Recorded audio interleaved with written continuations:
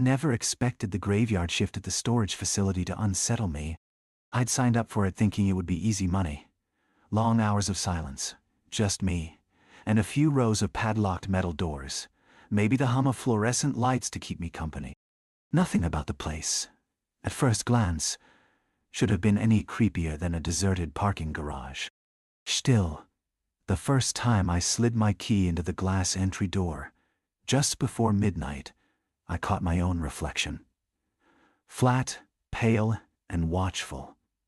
And felt, for a split second, like I'd surprised someone else standing behind the glass. The building itself was the kind of prefab, metal-sided structure you could find on the edge of any small town. It squatted in a patch of cracked asphalt, ringed by chain link and floodlights. The closest neighbor a darkened car dealership, 2 blocks away. Out front, a single security camera blinked its red light, and I remember feeling oddly relieved by the reminder that someone, somewhere, might be watching. Inside, the air smelled like damp cardboard and cold metal. Rows of units stretched away from the front desk, endless, orderly, all the same. My footsteps echoed sharply, as if the building swallowed sound a split second too late. I tried to make myself comfortable in the tiny office. A glassed-in box with a battered desk, a battered kettle, and a battered chair. My phone rarely had more than 1 bar of signal. I told myself that was fine. It just meant no bored friends could call and wake me up if I tried to nap.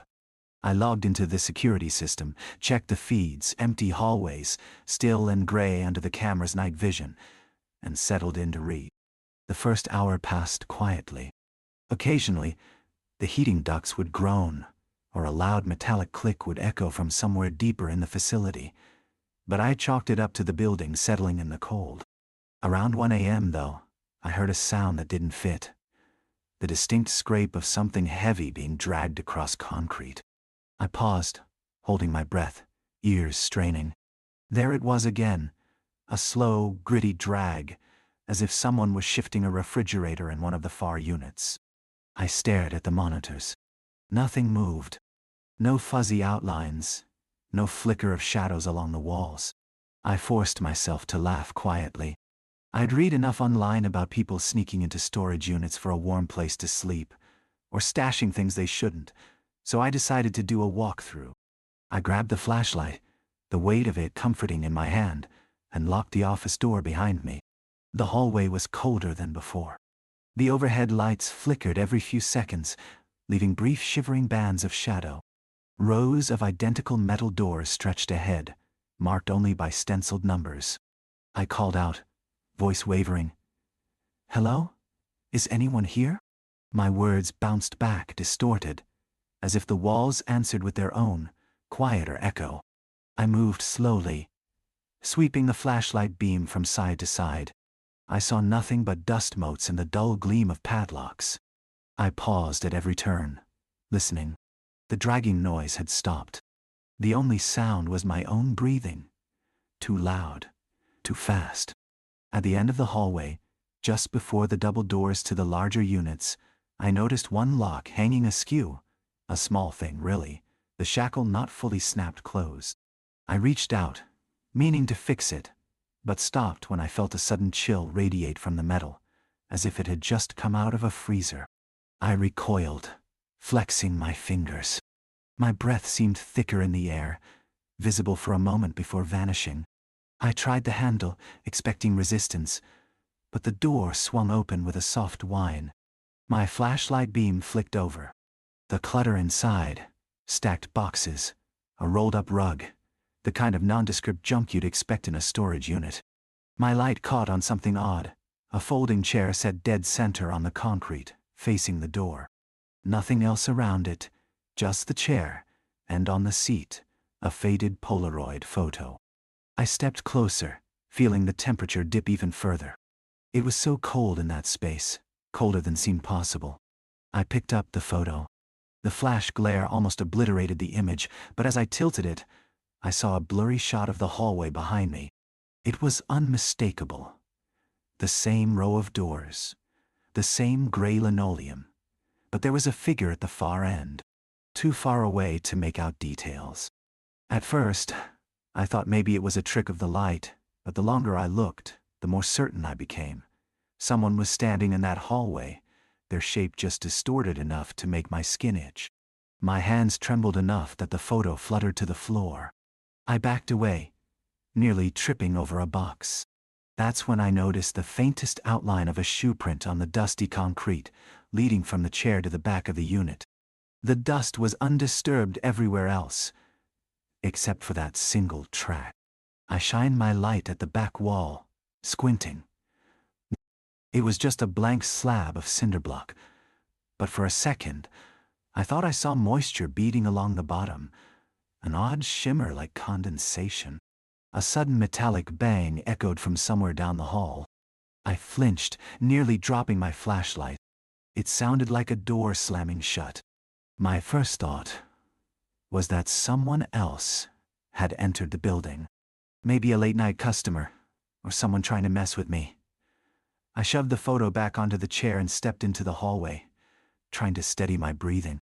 The corridor was empty, but I could hear something. A soft, irregular tapping, like someone drumming their fingers on metal. The sound faded when I moved, then picked up again as I paused.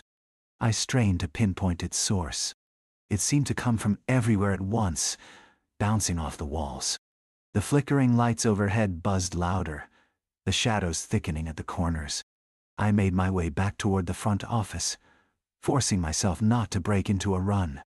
Every few steps, I glanced over my shoulder, sure I'd catch someone following. But there was only the echo of my own movements, slightly out of sync, like a heartbeat with a skipped beat.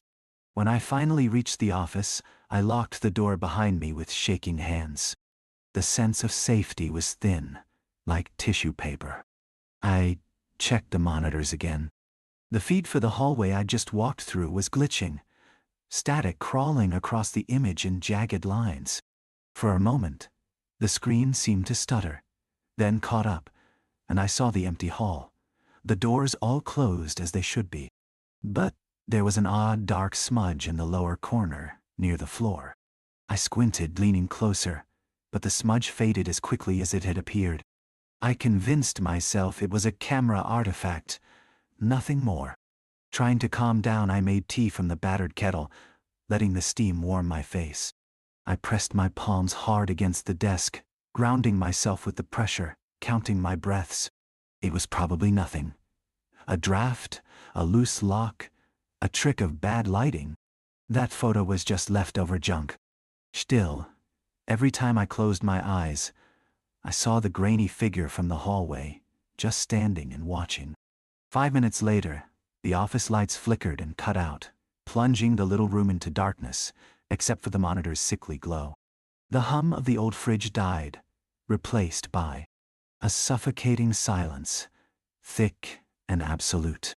I waited, heart thumping so hard it seemed to fill the room. The hum didn't return. I reached for my phone, but the screen stayed black, dead. I fumbled with the flashlight, fingers clumsy, and swept the beam around the office. The glass walls reflected my own pale face in fragmented slices, offset and blurred, like a mosaic of someone I didn't quite recognize. Then, another noise. This time, so close I startled, and nearly dropped the flashlight. It wasn't the banging or dragging from before, but the delicate click of a lock turning. I stared at the door, not daring to move. The tiny office seemed even smaller, the air pressed close, too warm now, though goosebumps pricked along my arms. I strained to listen. There, another click, this one farther away, followed by a soft metallic squeal. It moved down the hall, one after another, as if someone, or something, was methodically opening every single unit. I tried to convince myself it was a trick of the pipes, or maybe some bizarre electrical surge. But the rhythm was too deliberate, too patient. I pressed my back against the wall, cold sweat beading down my spine. My mind raced. Should I leave? Call for help? Except my phone was dead, and outside, the parking lot was shrouded in shadow. Every security light now dark. The only way out would be to pass through the hall, past whatever was moving out there. A shadow passed over one of the monitors, just for a heartbeat. A slender blur crossing from left to right, too fast and silent for the motion detectors to trigger. I saw no features, just the unmistakable interruption of light. My skin crawled with the certainty that the cameras weren't just failing. They were hiding something, complicit in whatever was unfolding inside these walls. For a fleeting moment, the office felt impossibly far from the front door. I realized, with a sick twist in my stomach, that I didn't remember hearing the main door open or close. The thought made my legs weak. I imagined a shape slipping through the dark, careful, and silent. I tried to speak, to shout a warning or demand, but my voice caught in my throat. Only a whisper escaped. A sudden sharp knock rattled the glass behind me.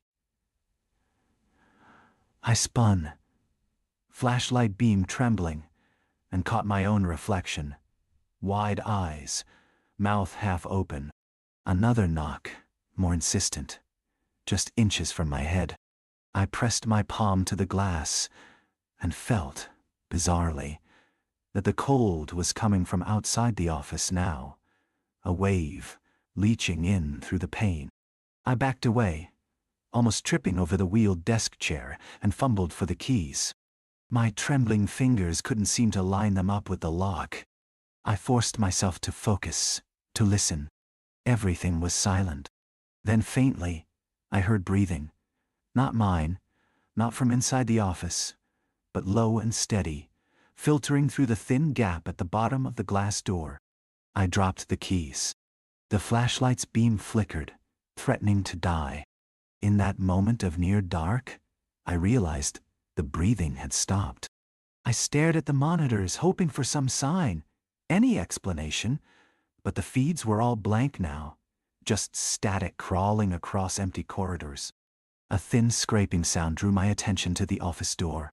I watched, frozen, as the handle began to turn, slowly, as if someone was testing their grip. I backed into the far corner, pressing myself against the plaster, every muscle locked.